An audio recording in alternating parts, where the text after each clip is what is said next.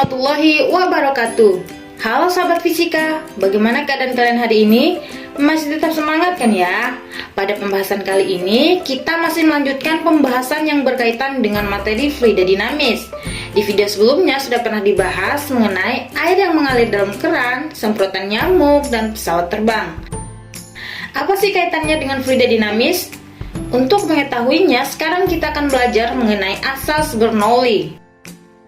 Berikut adalah kompetensi dasar dan indikator pencapaian.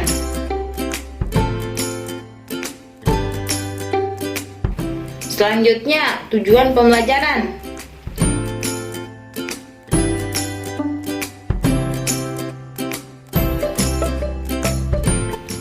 Perhatikan video berikut ini.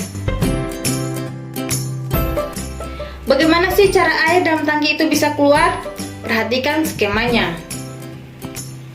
Semprotan nyamuk sederhana ini bekerja dengan hukum Bernoulli. Cara kerja alat semprotan nyamuk seperti ini, ketika ganggang penghisap ditekan, maka udara akan mengalir pada pipa besar.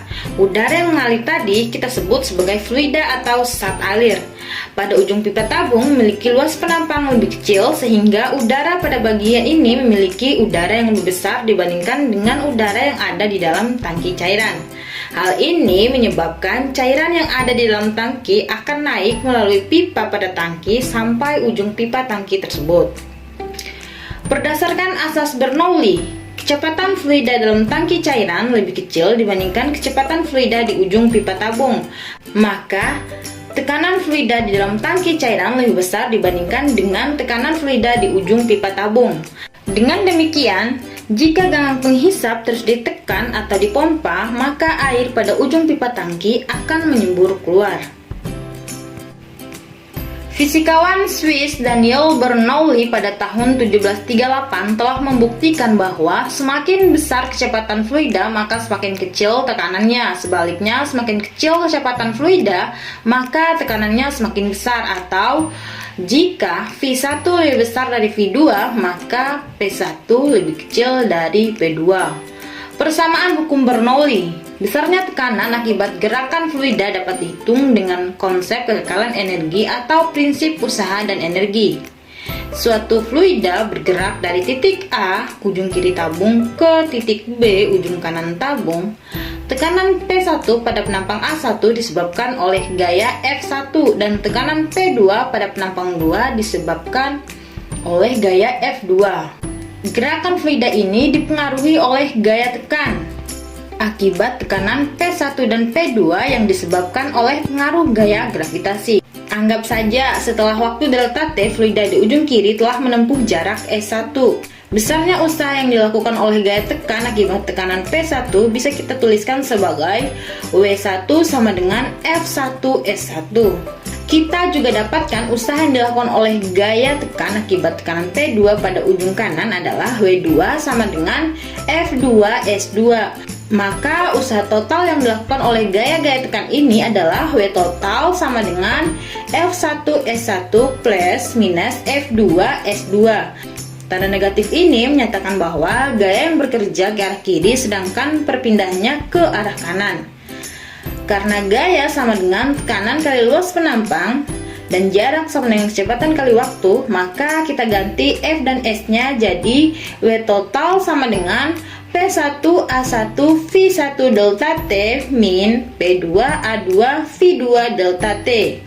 Karena sama-sama delta, maka dapat kita coret. A1 V1 atau luas penampang kali kecepatan kita ganti dengan volume sehingga hasilnya W total sama dengan P1 V besar min P2 V besar. Jadi W total sama dengan dalam kurung P1 min P2 V.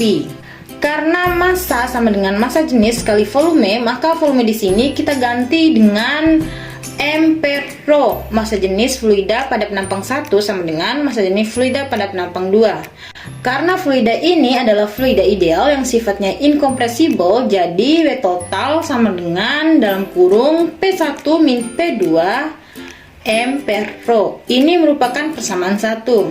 Besar usaha total ini sesuai dengan perubahan energi mekanik, yaitu energi kinetik plus energi potensial yang terjadi saat fluida berpindah dari bagian penampang A1 ke A2. Jadi usaha total sama dengan energi mekanik sama dengan delta energi kinetik plus delta energi potensial. Sehingga kita masukkan persamaan energi mekanik, yaitu W total sama dengan setengah mv2 kuadrat min setengah mv1 kuadrat plus mgh2 min mgh1. Setengah M di delta EK dan MG di delta EP kita keluarkan dari kurung, maka W total sama dengan setengah M dalam kurung V2 kuadrat min V1 kuadrat plus MG dalam kurung H2 min H1. Jadi W total sama dengan M dalam kurung setengah dalam kurung lagi V2 kuadrat min V1 kuadrat plus G dalam kurung H2 min H1. Ini merupakan persamaan yang kedua. Apabila persamaan 1 dan persamaan 2 digabungkan, maka diperoleh persamaan sebagai berikut, yaitu dalam kurung P1 min P2 M per rho sama dengan M dalam kurung setengah dalam kurung lagi V2 kuadrat min V1 kuadrat plus G dalam kurung H2 min H1. Karena sama-sama mengandung M, maka dapat kita coret jadi dalam kurung P1 min P2 rho sama dengan setengah dalam kurung V2 kuadrat min V1 kuadrat plus G dalam kurung lagi H2 min H1. Rho-nya dikalikan dengan setengah dan G, maka P1 min P2 sama dengan setengah rho dalam kurung V2 kuadrat min V1 kuadrat plus rho G dalam kurung H2 min H1. Jadi P1 plus setengah rho V1 kuadrat plus rho GH1 sama dengan P2 plus setengah rho V2 kuadrat plus rho GH2. Atau bisa juga ditulis P1 plus rho GH1 plus setengah rho V1 kuadrat sama dengan P2 plus rho GH2 plus setengah rho V2 kuadrat. Jadi P1 plus rho GH1 plus setengah rho V1 kuadrat sama dengan konstan. Dapat disimpulkan, tekanan sepanjang garis alir akan berkurang ketika kecepatannya bertambah, begitupun sebaliknya. Contoh soal. Pipa untuk menyalurkan air menempel pada sebuah dinding rumah seperti terlihat pada gambar. Perbandingan luas penampang pada pipa besar dan pipa kecil adalah 4:1. Posisi pipa besar adalah 1 meter di atas tanah dan pipa kecil 5 meter di atas tanah. Kecepatan aliran air pada pipa besar adalah 36 km per jam dengan tekanan 9,1 kali 10 pangkat 5 Pascal. Massa jenis air 1000 kg per meter kubik. Tentukanlah kecepatan air pada pipa kecil dan tekanan pada pipa kedua. Dari soal ini diketahui luas penampang pipa besar dan pipa kecil adalah 4:1. Kita anggap pipa besar adalah 4 dan pipa kecil adalah 1. Jadi A1 banding A2 sama dengan 4:1. H1 adalah posisi pipa besar 1 meter di atas tanah. H2 adalah posisi pipa kecil 5 meter di atas tanah. Kecepatan aliran air pada pipa besar kita anggap V1 sama dengan 36 km per jam. Kita ubah ke meter per sekon jadi 10 meter per sekon. Tekanan sama dengan 9,1 kali 10 pangkat 5 Pascal. Rho-nya atau massa jenis air sama dengan 1000 kg per meter kubik. Dengan nilai gravitasi sama dengan 10 meter per sekon kuadrat. Yang ditanya V2 dan P2. Kita jawab. Kita cari dulu nilai V2 menggunakan persamaan asas kontinuitas, yaitu A1 V1 sama dengan A2 V2. Karena yang dicari V2, maka kita menggunakan perbandingan A1 per A2. Jadi A1 per A2 sama dengan V2 per V1. Tinggal kita masukkan nilainya. Jadi 4:1 sama dengan V2 per 10 meter per sekon.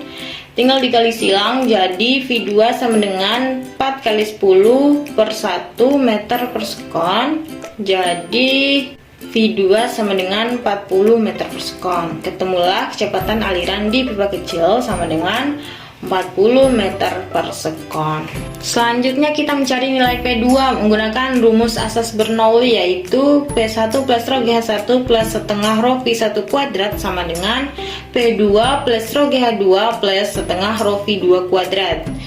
Kita masukkan nilainya 9,1 kali 10 pangkat 5 plus 1000 kali 10 kali 1 plus setengah kali 1000 kali 10 pangkat 2 sama dengan P2 plus 1000 kali 10 kali 5 plus setengah kali 1000 kali 40 pangkat 2. Jadi kita jumlahkan 9,1 kali 10 pangkat 5 plus 10.000 plus 50.000 sama dengan P2 plus 50.000 plus 800.000.